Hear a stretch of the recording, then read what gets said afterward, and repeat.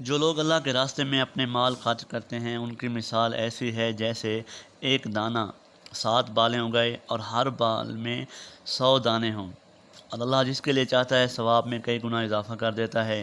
اللہ بہت وسعت والا اور بڑے علم والا ہے۔ جو لوگ اپنے مال اللہ کے راستے میں خرچ کرتے ہیں پھر خرچ کرنے کے بعد نہ احسان جتلاتے ہیں اور نہ کوئی تکلیف پہنچاتے ہیں، وہ اپنے پروردگار کے پاس اپنا ثواب پائیں گے۔ نہ ان کو کوئی خوف لاحق ہوگا نہ کوئی غم پہنچے گا۔ بھلی بات کہہ دینا اور درگزر کرنا اس صدقے سے بہتر ہے جس کے بعد کوئی تکلیف پہنچائی جائے، اور اللہ بڑا بے نیاز بہت بردبار ہے۔ اے ایمان والو، اپنے صدقات کو احسان جتلا کر اور تکلیف پہنچا کر اس شخص کی طرح ضائع مت کرو جو اپنا مال لوگوں کو دکھانے کے لیے خرچ کرتا ہے اور اللہ اور یوم آخرت پر ایمان نہیں رکھتا۔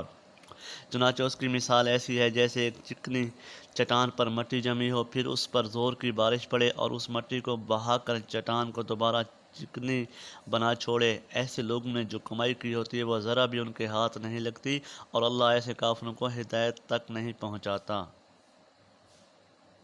اور جو لوگ مجیب آفیشیل یوٹیوب چینل کو ضرور سبسکرائب کیجیے گا تاکہ آنے والی ویڈیوز آپ بار بار دیکھ سکیں۔